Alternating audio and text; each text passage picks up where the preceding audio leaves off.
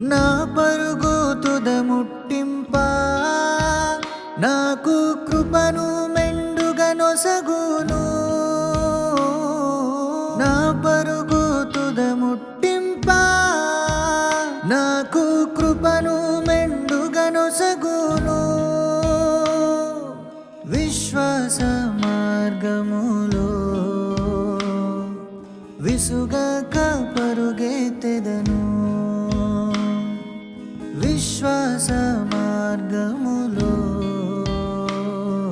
విసుగక పరుగెత్తెదను.